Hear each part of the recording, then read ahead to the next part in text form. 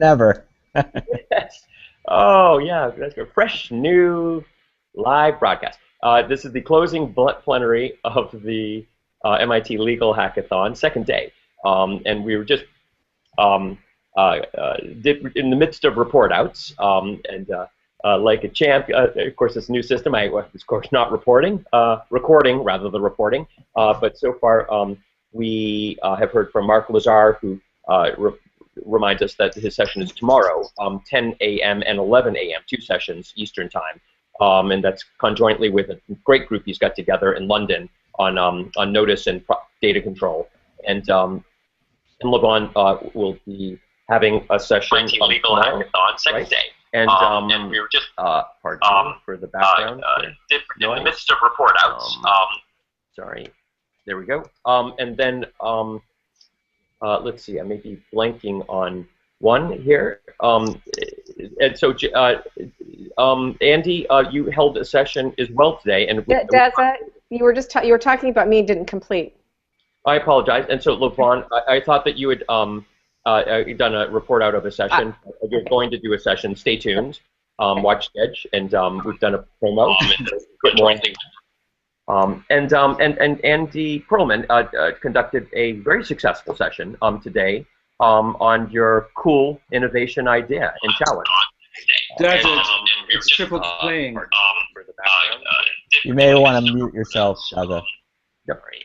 There we go.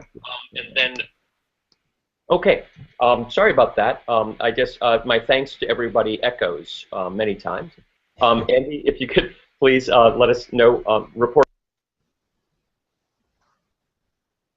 Okay, so I just want to, first of all, say thank you to you, Deza, and to Nader for the great work that you guys have put in to this program. It's been fun. It's been seems to be very successful. So congratulations on all the great work that you've done. Just quickly to report, we did our effective legal language crowdsourcing session, and Gabe Tenenbaum, my colleague, reviewed some of the basics of effective legal language and the problems of legal language interpretation. And then I described the challenge that we have out there, which is, can we crowdsource legal language in a way that's more effective than the usual way of going about it, where just legislators get together and they write it, or lawyers get together and they produce it? Is there a better way to do it using crowds? And so we set out that challenge. And then we had a very useful conversation. Jamie Clark talked about some of the technical details associated with this project, and he raised some useful questions for us to consider, one of which is, who's going to be doing the interpreting in this crowd? So when legal language is crafted, how do you use crowds, and who's in that crowd? Do you use sophisticated professionals like lawyers and judges, or would that skew the results, and shouldn't legal language be interpreted by the public? So we got into useful questions about who exactly is going to interpret the legal language that's crafted. We also talked a little bit about issues of intentional ambiguity, and how do you accommodate that in a crowdsourcing format, given that some language we actually don't want to have clear meanings because they can't be resolved, either because contracting parties can't resolve it or because legislators can't resolve it, and how do you accommodate that in a crowdsourcing framework? So that's it in a nutshell. Looking forward to taking this to the next step, and thank you again, Deza, for your invitation to join the event. It's been great. Awesome, and thank you. I'd like to reflect. First of all, you're welcome, and we all appreciate the recognition, and especially Nader, because never would have been pulled off without him. And thank you, Andy, for being so diligent with putting this together, and being willing to share it and play it all the way through, and take so much of your valuable time on it. It's very much appreciated, and we're grateful. And so, as a there's one quick new thing. But there's a voice who had not been heard from yet, and who is a collaborating colleague, and actually was like a star of our initial legal hackathon when we were doing a rough cut last year. It's Justin Richer of MITRE Corporation, who's created the Open ID Connect open source platform that basically implements the Open ID Connect specification, and who's now, we're very happy to say, he's now here at MIT. We got him for a little while on a kind of a bit of a sabbatical. He's working with Thomas Harjono and others, actually implementing OpenID Connect at MIT. So we've got like our own service, and he had couple of ideas that I just want to make sure people could very quickly hear as a placeholder, and we can come back to over time. And identities come up from many projects for legislative drafting. You know, you want people to have notices, you want people to collaborate. Well, who are they?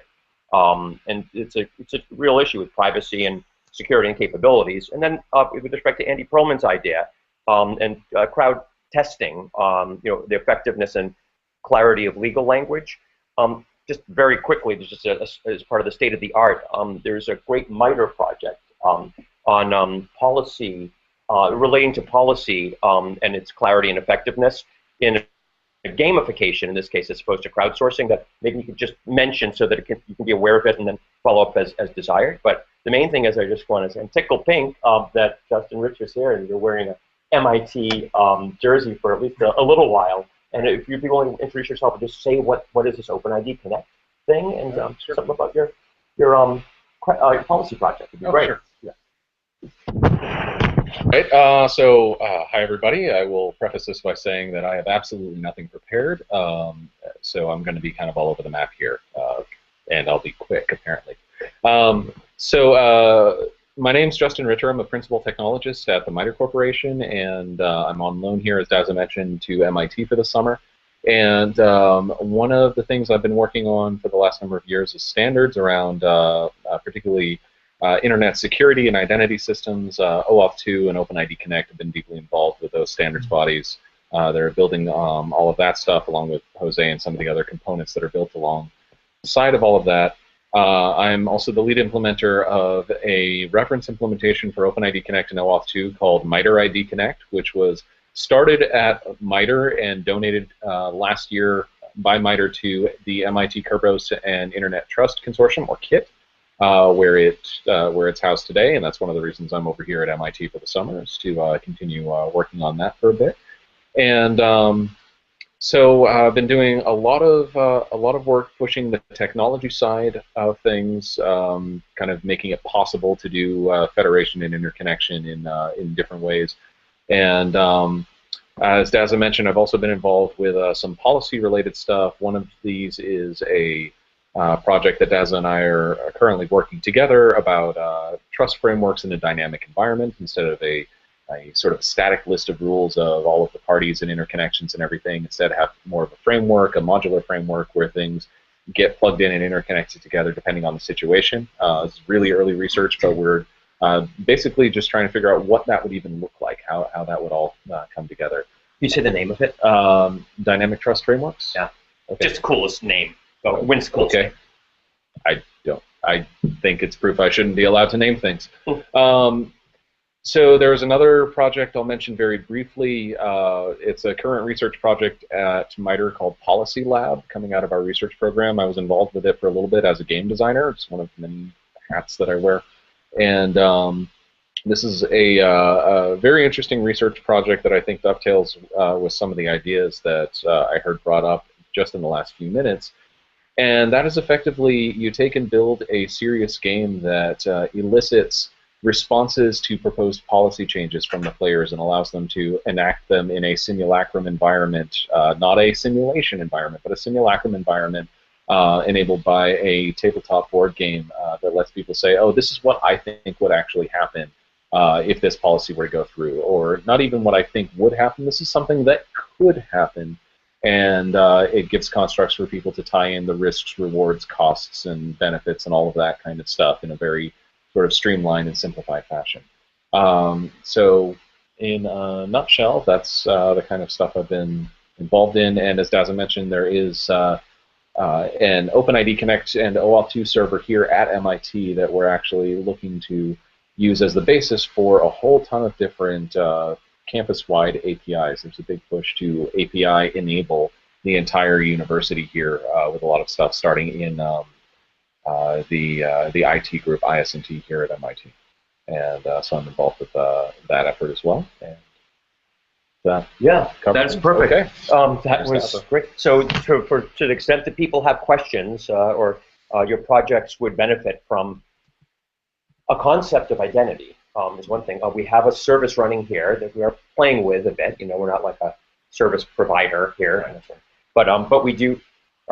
We support research, and we're interested in doing research on this. So consider that that's something that we could potentially provide in some way. And then, if I may speak to that, so the server that's running here at MIT is an identity server for MIT people, students, faculty, staff, people that are associated with the university itself. However, the software that is running the MIT server is completely open source. So you can literally stand up your own identity server on your own domain and have an OpenID Connect server in a matter of a couple of minutes. That's pretty cool. And people find that where and how? It's at the which GitHub? Yeah, it's at the MITRE ID Connect GitHub. So if you Google MITRE ID, MITREID Connect, you'll find the GitHub project there. Yeah. And Kit is looking to even repackage that into Red Hat packages and OpenStack images and things like that in the future. Which is perfect. perfect. Make it even easier to stand up. It's kind of what we need to translate these innovations into the marketplace, really. And by the way, that's the same GitHub repo where you can find the dynamic trust framework. So if you want to figure out how to do the terms and conditions and the legal back-forty in a way that's more automatable, we hope, and integrated business, legal, and technical into your builds, it's right there, in the GitHub repo. So thank you. Thank you. Appreciate it. Is any other report outs? Oh yeah. So we would need Ben's deep in thought, which is good. I'm reluctant to jar him. Is Seamus still here? We need a report out from that session. No. We only had basic views here as well. Do you mind? Thank you. I think that's where we popped our heads into. Okay. So I will say a couple of things quickly. We're going to get a couple of reports soon, but we had a terrific session, a hacking session. Oh, want me to say a few words? Okay. So actually, why don't we go directly to Jamie? Is that Jamie, or is Jamie gone now? Jamie's gone.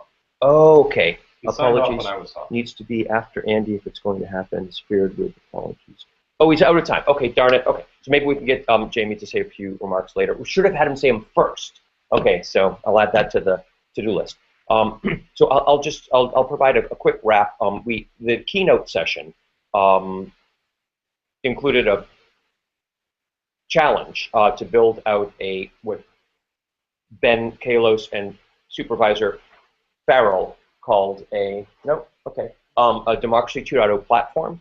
And it's been met with great response. We've been getting a ton of emails to the point where can't deal with them actually right now, and a lot of other response as well. And based on a quick powwow, there's a shared interest in continuing this. So expect that there will be a second big online legal hackathon, and that will be hosted in New York City, and then I imagine likely a third one, perhaps in the San Francisco area, and it'll be periodic and in-person events and continuous and DC, of course, online events. Way better than this one, and we're going to learn a lot from right now. And you should all get a rebate or of some kind for suffering the learning curve on this. But there will be more, and it will be better because people have seen a lot of value here. That was followed by a hack session with Council Member Brad Kalos. Brad Lander, excuse me. Brad Lander, who represents Brooklyn, I think, and New York City. And he walked us through the legislative process and some of the requirements of new law that they have that mandates more open access to law and the legal legislative process. And then we did a little gap analysis between what the systems are they have now, what they do, and the functions and components and services and capabilities that they need. And that was an input to our coming up with a bit of a roadmap, an initial roadmap to meet the challenge. And that was very fruitful. And then we closed that session basically with an overall directional notional plan. And now the next step is to start to look at baby steps. What small things? Oh, good, here's James. What small things can we actually hack at? So I just would ask I think Jonathan Askins had a very good insight, which is the thing now is to start selecting small things we can do. And so any of you that saw the session or have any thoughts or see the session later that have an intuition or a proposal about what to start hacking on, please say something and let us comprise a session on that and call a session, and we'll work on it. The next 2 days are all hacking sessions. And tomorrow we've got Ben for most of the day, so let's not lose the opportunity to make stuff. Also, we've reached out to more MIT technologists here who are willing to jump in. So, Seamus, I didn't. Can you do a quick wrap on your session, and then I think we'll close out unless there's anything further. And you can do it here if you're not logged in. We also had Seamus Kraft, who flew up from Washington, D.C. this morning to hold a session. And he'll be, I think, our last report out.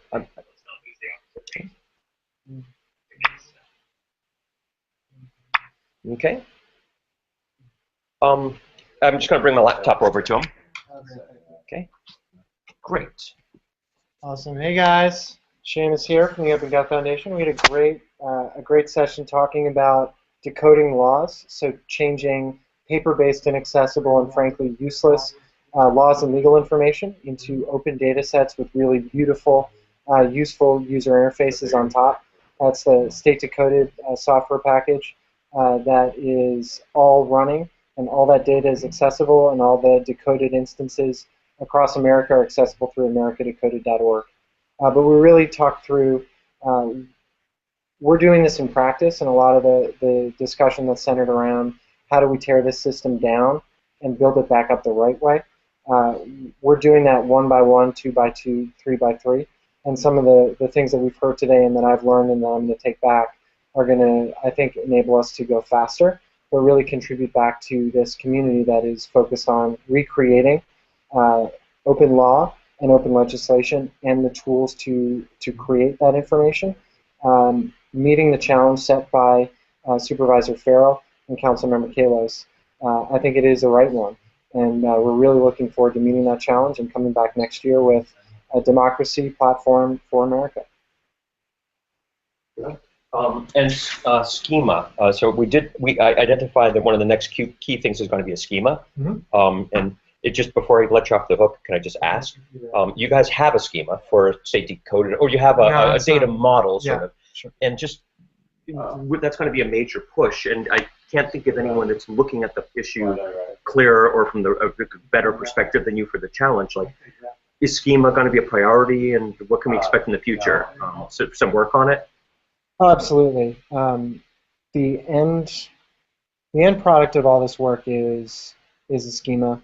And I know there are people watching this and in this room with me who know a hell of a lot more about it than I do.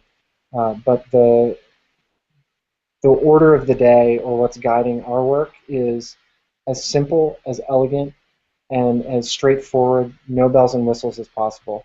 We don't have a way or a schema to present legal information, or a settled one. It doesn't exist.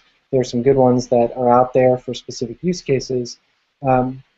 But what we're seeing is that that's not going to work for the vast majority of the people that need it, which are the hardworking city attorneys, council clerks, law clerks in state and local governments across America, who just can't go with really complicated, really heavy schemas.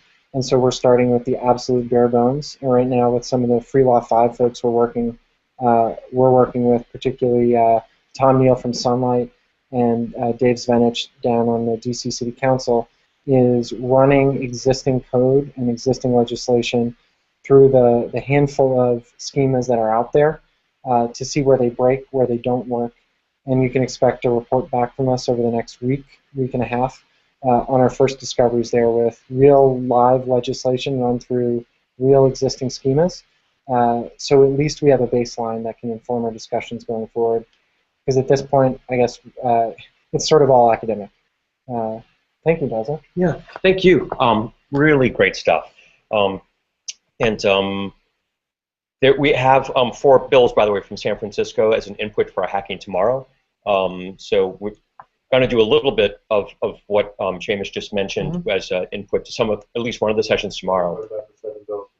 And we have 7 bills. Plus 7 bills. Actually, let me just start by saying we have 7 bills from New York City, the Big Apple, and 4 bills from San Francisco. 4, that's cute. So those of you, does anybody know anything about schema? Can you hear my call, my plaintive plea? Won't you please come and hack with us? Schemas are hard. They're complex. And would be grateful for people with experience to come and help. And yesterday, at the end of the plenary, we had a terrific call and a challenge by Aaron Pinch of Clio, who put down the Clio challenge. And you can see that video under challenges. And we also heard from Jake Heller of Case Text, who made the Case Text challenge. And so those are for the use of the collaboration system API and the open annotation system, and doing something innovative and great with those, respectively. Please consider taking the challenge and having and forming a team and hacking on that. Tomorrow we'll have open hacking days, and so we may have a plenary. It'll be somewhat loose, and that's not too different, I guess. It'll be perhaps even looser, and so please check our schedule at legalhackathon.info at sketch.org. But it's all going to be available on legalhackathon.org. There'll be a number of sessions happening through the day that you can participate in. I think that's about it. So on Sunday, toward the end of the day, we'll probably have a closing plenary, and I'll by arrangement, ask anyone that led a session to be present to say a few words and or see if we can perhaps get a closing video from those of you who can't. And then we will look forward to the first event after the plenary, which will be live from New York. One more session at NYU's book launch event that I will be at, and Jonathan Askham will be at, and we'll have some other researchers from MIT there, Arik, and perhaps Ben Kalos may come and make some remarks, and we'll have a little bit. We're going to take the show on the road, basically, and so we expect some. Those of you in Mark Lazar's privacy track and Eric Scase's data control sessions, be on the lookout for that, because there'll be themes that we address there at this book launch, and amazing resources and experts directly related to your work. And so we may want to connect some of them to you and your work, and vice versa. So with that, unless there are questions or comments, we will now adjourn this plenary, the final plenary of the second day of the MIT Legal Hackathon, and look forward to seeing you tomorrow when we're going to hack the law some more.